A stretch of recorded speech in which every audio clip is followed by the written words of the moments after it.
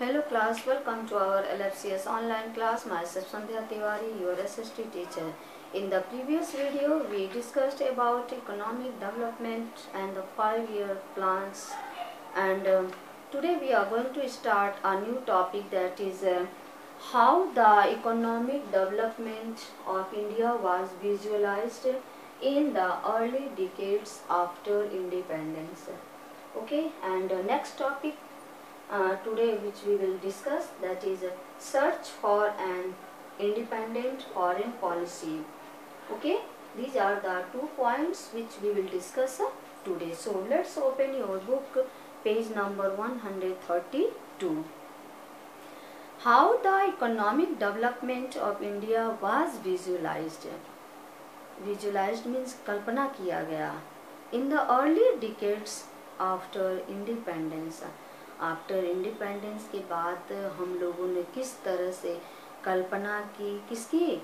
Economic development के लिए, हमारे इंडिया की इकोनॉमिक डेवलपमेंट के लिए हमने क्या क्या कल्पना की, और उस कल्पना में कौन कौन सी चीज़ें साकार हुई, कौन कौन सी चीज़ों को हम आगे लाए, क्या क्या हमने जो भी काम शुरुआत, किन किन कार्यों को शुरुआत किया, तो इन सब सारी चीज़ों को इसमें डिस्कस करेंगे. Okay, so there is no denying the fact that the different 5-year plans did a lot for the economic development and social and cultural upliftment of the people. हमने देखा ना कि हमारा जब कंट्री जो डिफरेंट 5-year प्लान बने, ठीक है, वो ये जो डिफरेंट 5-year प्लान है, इसमें बहुत सारे काम किए. किसके लिए काम किए? For the economic development. Economic development के लिए काम किए, सोशल के लिए काम किए, कल्चरल अपलिफ्टमेंट के लिए काम किए, और लोगों के लिए काम किया. ठीक है ना, इन सब सारी चीज़ों के लिए हमने काम किया. Such was the perception of Pandit Nehru. यह किसका अनुमान था? पंडित जवाहरलाल नेहरू का अनुमान था. The first prime minister of India, उनका यह अनुमान था. ठीक. India followed at the middle half of mixed economy. India किस चीज़ को फॉलो करती है? Mixed half, mixed economy. In the mixed economy क्या है? Both the public sector and the private sector existed side by side. ये half mixed economy में क्या है? प्राइवेट सेक्टर भी इम्पोर्टेंट रोल प्ले करता है और पब्लिक सेक्टर भी साइड बाय साइड रहता है, रोल प्ले करता है. In the public sector the major industries are controlled. आपने देखा ना कि जो पब्लिक सेक्टर में जो इम्पोर्टेंट इंडस्ट्रीज हैं, किसके द्वारा कंट्रोल किए जाते हैं? गवर्नमेंट के द्वारा कंट्रोल किए जाते हैं. While not so important industry, और जो इंडस्ट्रीज बहुत इम्पॉर्टेंट नहीं हैं, वो किसको हैंड ओवर कर दी गई हैं? प्राइवेट सेक्टर को हैंड ओवर कर दी गई हैं. Which industries should be initiated by the government. जो इंडस्ट्रीज हैं वो किसके द्वारा शुरू की जाएंगी? गवर्नमेंट के द्वारा शुरू की जाएंगी. And which industries should be controlled by the private agencies was defined and decided by the planning commission. ये प्लानिंग कमीशन में डिसाइड किया गया कि कौन सी कंपनी गवर्नमेंट के द्वारा चलाई जाएगी और कौन सी कंपनी जो है, वो इंडस्ट्रीज है, वो प्राइवेट सेक्टर को सौंपी जाएगी. यह कौन प्लानिंग करेगा? Planning commission. As discussed above, the planning commission revised 5-year plans one after the other. हमने देखा ना कि हमारे यहाँ जो प्लानिंग कमीशन है, उसने क्या किया? 5 सालों का प्लान बनाया कि इन 5 सालों में हमें कौन कौन से काम करने हैं. वन आफ्टर द अदर, एक के बाद एक प्लानिंग होती गई. In the first 5-year plan, जो कि 1951 से लेकर 56 तक रहा, top priority was given to agriculture, और सबसे ज़्यादा जो इम्पोर्टेंस दी गई फर्स्ट 5 ईयर प्लान में वो एग्रीकल्चर को दी गई, इंक्लूडिंग, और एग्रीकल्चर के साथ साथ उसमें क्या इंक्लूड है, क्या शामिल है, इरिगेशन एंड पावर। इरिगेशन और पावर रहेगा तभी तो एग्रीकल्चर में प्रोडक्शन होगा। Though a modest beginning was made in the field of industries, इस तरह से एक मॉडेस्ट बिगिनिंग हुई किसके फील्ड में, इंडस्ट्रीज के फील्ड में। In the second 5 year plan 1956 to 61 the main emphasis was laid in developing basic and large industry, और सेकंड 5 ईयर प्लान में यह बल दिया गया कि जो कि बेसिक इंडस्ट्रीज और लार्ज इंडस्ट्रीज को डेवलप करने का काम किया जाए। Accordingly, when heavy industries and big dams began to be developed, और उसके बाद हमने देखा कि जब बड़ी इंडस्ट्रीज और जो बिग डैम्स हैं वो क्या करने लगे, जब डेवलप करने लगे तब क्या हुआ, under government control difference of opinion began to be surfaced in certain quarters. जब गवर्नमेंट डेवलप्ड अंडर गवर्नमेंट के अंडर में जब डेवलप करने लगे तो कई सारे विचार लोगों के मन में आने लगे। Some supported the focus on heavy industry, कुछ ने तो सपोर्ट किया कि हमारा जो ध्यान है वो इंडस्ट्रीज पर है, बहुत अच्छी बात है। But there were some vocal critics, कुछ ऐसे क्रिटिक्स थे जो कि उन्होंने critics of such an approach, जो कि कुछ जो थे वो नहीं मानने को तैयार थे। First, some felt that the second 5 year plan had ignored agriculture. क्यों, कुछ का मानना था कि अगर हम इंडस्ट्रीज पर ध्यान दे रहे हैं इसका मतलब वो एग्रीकल्चर को इग्नोर कर रहे हैं। And laid too much emphasis on heavy industry, इसलिए उनका ध्यान किस पर बिल्कुल है, heavy industries पर है। Second, there were others who objected to the state regulation of economy, और कुछ ने बिल्कुल ही उसको ऑब्जेक्ट किया, मनाही किया, क्या, who objected to the state regulation of economy, इसको उन्होंने ऑब्जेक्ट किया। Third, still there were others who argued that it had neglected primary education, और कुछ लोगों का यह मानना था कि लोग बहस करने लगे कि नहीं, इस प्लान में प्राइमरी एजुकेशन को बिल्कुल ही अवॉइड किया जा रहा है। Fourth, there were many who objected to the state regulation of economy, आपने देखा ना कि ऐसे बहुत से लोग हैं जिन्होंने ऑब्जेक्ट किया, किसके लिए, state regulation of economy. The greatest criticism came from the side of the environmentalist, सबसे ज़्यादा जो अपोजिशन आया वो इन्वायरमेंटलिस्ट की तरफ से आया। क्या, who said that economic policies had not taken into account of environmental application, उनका मानना था कि इन्वायरमेंटल से रिलेटेड कोई बात नहीं कही गई है, इसके बारे में कोई कदम नहीं उठाए गए हैं। For example, Mirabehn, one of Gandhi ji's follower, remarked in 1949, एक गांधी जी की फॉलोअर है जो मीराबेन, उन्होंने कहा था 1949 में, क्या, by science and machinery he Mankind, science और मशीनरी के द्वारा क्या होगा, मे gate huge returns for a time, कुछ समय के लिए हमें बहुत सारे रिटर्न मिल जाएंगे। मान लीजिए सामान हम मैन्युफैक्चर करेंगे तो बहुत सारा सामान मिलेगा, लेकिन जो धुआं इन्वायरमेंट में जाएगा, इन्वायरमेंट को ख़राब करेगा, दूषित करेगा, तो क्या वो फ्रेश एयर फिर से हमें मिल पाएगा, नहीं मिलेगा ना। बट अल्टीमेटली विल कम डिसोलेशन, लेकिन वो अल्टीमेटली क्या होगा, लास्ट में वीराना हो जाएगा, अकेला हो जाएगा। कैसे, we have got to study nature's balance, हम लोगों ने पढ़ा है ना कि नेचर्स के बैलेंस के बारे में, and develop our lifes within her laws, इसलिए हम अपने लाइफ को उसी के अकॉर्डिंग डेवलप करना है। If we are to survive as a physically healthy, अगर हमें फिजिकली हेल्दी सर्वाइव करना है तब हमें क्या करना है, healthy and morally decent species, हमें बहुत अच्छा स्पीसीज बन के रहना है। There is some truth in Mirabehn's views, कुछ हद तक सच्चाई है मीराबैन के व्यूज में। When we see how industrialization alone has led to industrial pollution and deforestation, अब हम देखते हैं, आज हम देखते हैं कि किस तरह से इंडस्ट्रीज की वजह से कितना भारी नुकसान हो रहा है, हमारे इंडस्ट्रियल पॉल्यूशन की वजह से और डिफॉरेस्टेशन की वजह से बहुत नुकसान हो रहा है ना।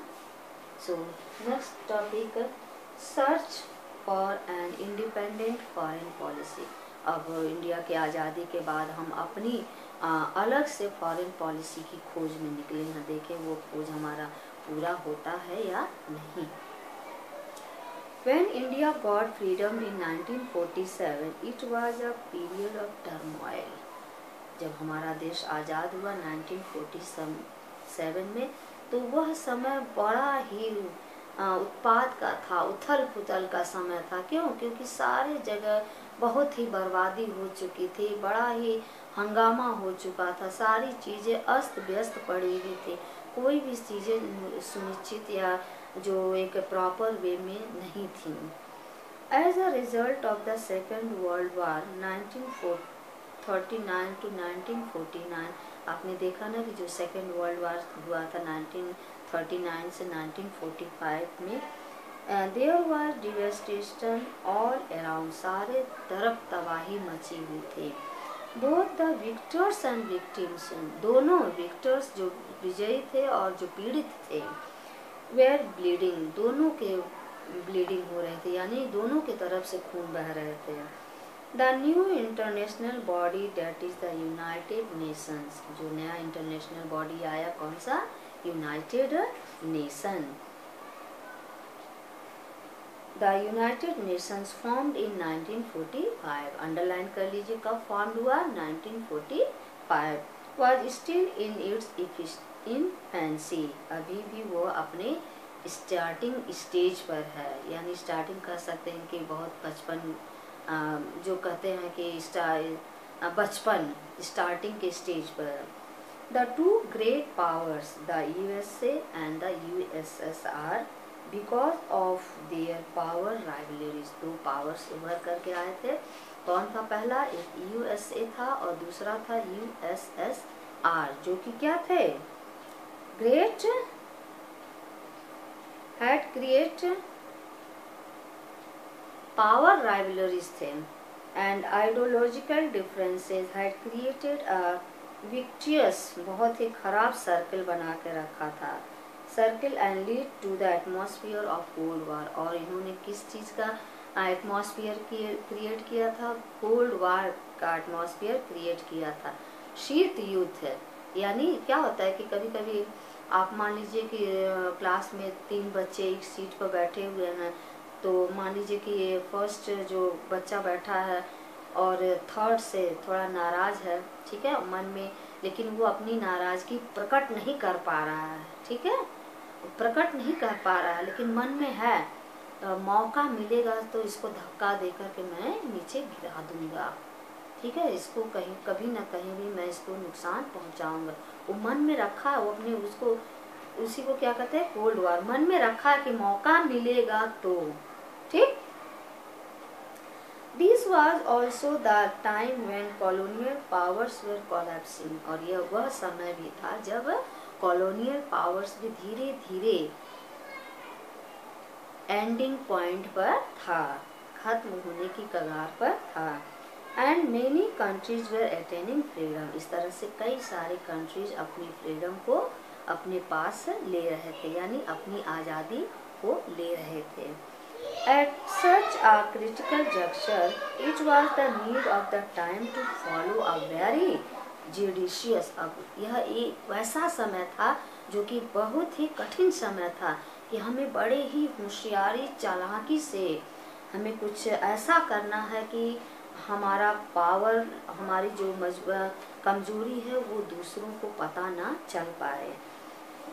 Countries were attaining juncture, it was the need of the time, ये समय की मांग थी, क्या? to follow a very judicious and cautious foreign policy, एक बड़ी ही सूझबूझ के साथ, समझदारी के साथ एक फॉरेन पॉलिसी को अपनाना है। Prime minister Pandit Jawaharlal Nehru, who was also the foreign minister of the newly independent India, और उस समय जवाहरलाल नेहरू फॉरेन मिनिस्टर भी थे, fully new the gravity of the situation, उनको उस समय समय की डिमांड की बड़ी ही अच्छी तरह से उन्होंने बड़ी ही अच्छी तरह से उस समय को भांप लिया था कि इस समय हमें क्या करना चाहिए। ठीक, ही वॉज जुडिशियसली डेवलप, बड़ी ही होशियारी के साथ डेवलप किया, क्या developed a free independent foreign policy, एक free independent policy foreign policy को डेवलप किया, ऑफ हिज कंट्री, अपने कंट्री के फॉरेन पॉलिसी को डेवलप किया। Non align formed the backbone of this foreign policy, non align जो कि इस फॉरेन पॉलिसी की बैकबोन फॉर्म हुई। Now non align movement the most important element of our foreign policy, इसमें कितने मेंबर्स हैं? 120 मेंबर्स हैं। Non alignment is the most important element of our foreign policy, हमारे फॉरेन पॉलिसी का सबसे important element क्या है? Non alignment. At the time of our independence the world was divided into 2 hostile blocs. अब हमारे आज़ादी के समय क्या था कि जो वर्ल्ड था वो 2 पार्ट्स में डिवाइड हो चुका था। कौन कौन से? एक बड़ी ही शत्रुतापूर्ण पार्ट्स में डिवाइड हो चुका था। पहला क्या था? One was lead by Soviet union, एक किसकी कर रहा था, निगरानी कर रहा था, अगुवाई में था सोवियत यूनियन। इट इंक्लूड्स, और इसके अंदर कौन कौन कंट्रीज आ रहे थे? पहला like Poland, east Germany, Hungary, Albania, Czechoslovakia etc. Later on China also joined it, और बाद में चाइना भी इसमें शामिल हो गया।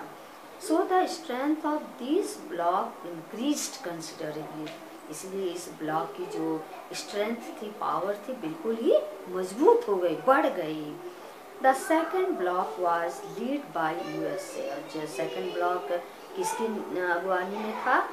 यूएसए। एंड इट इंक्लूड, और इसके अंतर्गत इसके अंदर कौन कौन से देश आ रहे थे? England, Italy, West Germany, France, Spain etc. Both of them were trying to increase their influence, और दोनों कोशिश कर रहे थे अपने अपने असर को बढ़ाने के लिए। कहाँ पर बढ़ाने के लिए? At the cost of the other, एक दूसरे के ऊपर अपनी जो प्रभाव थे, असर थे, बढ़ाना चाह रहे थे। They were also making military alliance, वे लोग अपनी मिलिट्री अलायंस भी बनाना शुरू कर दिए, सैन्य गठबंधन बनाना शुरू कर दिए। एंड काउंटर अलायंस, 2 पार्टी बनाना शुरू कर दिए। कौन से? एक मिलिट्री अलायंस और दूसरा counter alliance. These kind of alignment created in the world an atmosphere of tension, और इस तरह के अलाइनमेंट ने पूरे वर्ल्ड में किस चीज को क्रिएट किया? टेंशन को क्रिएट किया, परेशानी को क्रिएट किया, और किसको क्रिएट किया? डिस्ट्रक्ट, लोगों का ध्यान भटकाया, और सस्पिशन यानी कंफ्यूजन क्रिएट किया। ठीक, it is known as cold war, इसी को हम क्या कहते हैं? कोल्ड वार यानी शीत युद्ध।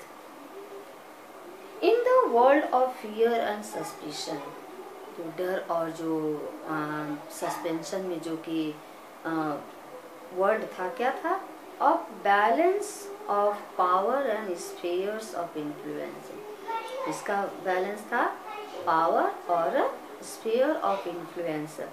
Of cold war and military alliance, दोनों का पावर था cold war and military alliance.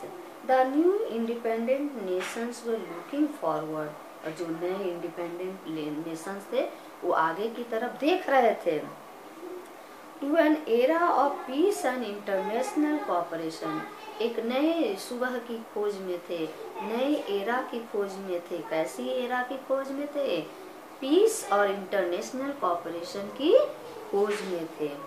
India brought a breath of fresh air, लेकिन हमारे इंडिया ने बहुत ही फ्रेश एयर की सांस ली, यानी बहुत लंबी सांस ली, यानी फ्रीडम की सांस ली। Air and an independent approach to international affairs, and also its independence, that approach reaches to international affairs. India choose the policy of non alignment, और इंडिया ने किस पॉलिसी को चूज किया?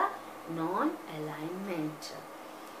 She did not join any of these blocks, बहुत होशियारी का काम किया कि इंडिया ने दोनों ही ब्लॉक्स को ज्वाइन नहीं किया।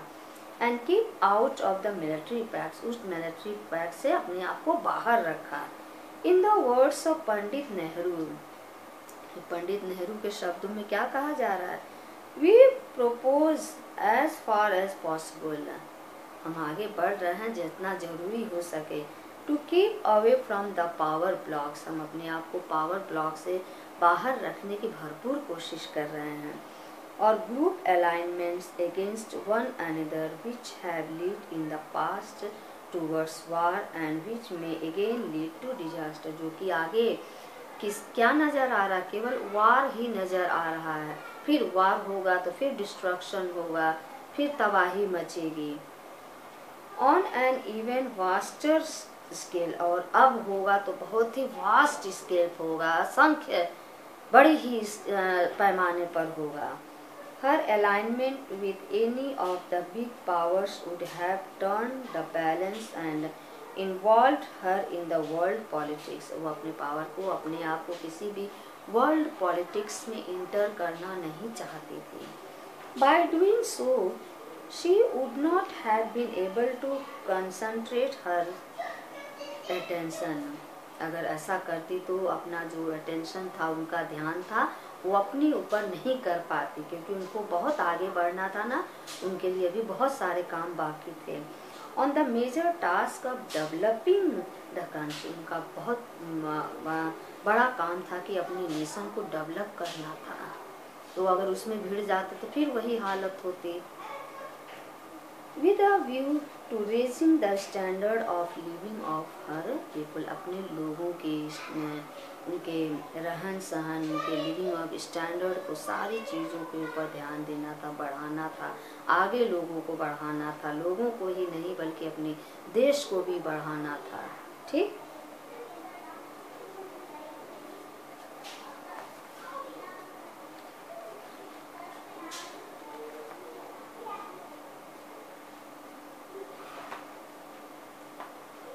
Some people call our foreign policy as a policy of neutrality. कुछ लोगों का हमारे फॉरेन पॉलिसी को किस नाम से, कि कौन सा नाम दिया? न्यूट्रलिटी। न्यूट्रलिटी मीन्स अपक्षपात, मतलब किसी का पक्ष नहीं लेना, ना इधर ना उधर। दिस इज नॉट ट्रू, उनका कहना था ये सही नहीं है। The policy of non aligned does not mean neutrality, जो नॉन अलाइंड पॉलिसी का मतलब ये नहीं था, न्यूट्रलिटी नहीं थी। इन इंटरनेशनल रिलेशन, वो भी किसके रिलेशंस में? इंटरनेशनल रिलेशंस में। It does not imply isolation from the world affairs, ये नहीं बताता है कि आप दुनिया के बातों से बिल्कुल ही अलग थलग रहे हैं, आपको दुनिया से कुछ नहीं लेना देना है। On the other hand it is positive, एक तरह से देखा जाए तो ये पॉजिटिव है। Active and constructive policy seeking to lead to collective peace and security, जो कि क्या पर्याप्त क्या देता है हमें? Positive, active and also constructive policy and seeking to lead to the collective peace and also security. Essentially non alignment means freedom of action. चलिए हम देखें नॉन अलाइनमेंट का मीन्स क्या है? Means freedom of action which is a part of independence. Freedom of action एक independence का क्या है? पार्ट है। इंडिपेंडेंट रहेंगे तो भी जो भी हम एक्टिविटीज़ करना चाहें, जो भी एक्शन लेना चाहें, तभी तो ले पाएंगे। It enables us to judge each issue on its merits and not on the basis of alignment. और it enables us to judge for what? To each issue, हर एक इशू पर हमें जज करने के लिए on its merits and not on the basis of alignment, कि किसके आधार पर? alignment के आधार पर, with one block or the other, किसी भी ब्लॉक से। In fact, by keeping away from the power blocks, we can think independently. हम सारी बातों को छोड़ दें तो हमको यही देखना है कि हम अपने आप को दोनों ब्लॉक से अलग रख करके हम इंडिपेंडेंटली सोच सकते हैं, ठीक है, कि आगे क्या करना है। About international events, can trade with any country, किस तरह से हम इंटरनेशनल लेवल पे सोच सकते हैं कि किसके साथ हमें ट्रेड करना है, किस तरह से अदर कंट्री के साथ व्यापार करना है।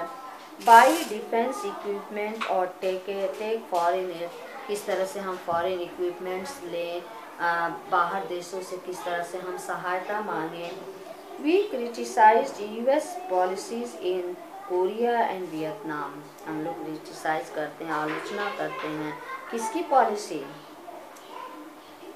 यूएस पॉलिसीज, किस कहाँ की? In Korea and Vietnam. We criticized England and France when they are invaded Egypt, हम उनकी भी आलोचना करते हैं जिन्होंने क्या किया? फ्रांस की, जिन्होंने इंग्लैंड एंड फ्रांस जिन्होंने किसको इन्वेड किया? Egypt. And we also criticize the Soviet Union, और हम लोग सोवियत यूनियन को भी क्रिटिसाइज करते हैं। For her attack on Czechoslovakia, क्यों हम उसको क्रिटिसाइज करते हैं? क्योंकि उसकी अटैक जो चेकोस्लोवाकिया के ऊपर हुई थी, इसके लिए हम उसकी आलोचना करते हैं। Thus the essence of our foreign policy has been to keep out of the blocks and to express our views on world events independently. हमारा यही था कि हमारा मेन मकसद यही था कि हम अपने आप को उन दोनों पॉलिसी से अलग रखें और हम अपने जो विचार हैं वर्ल्ड लेवल पर हम फ्रीडम के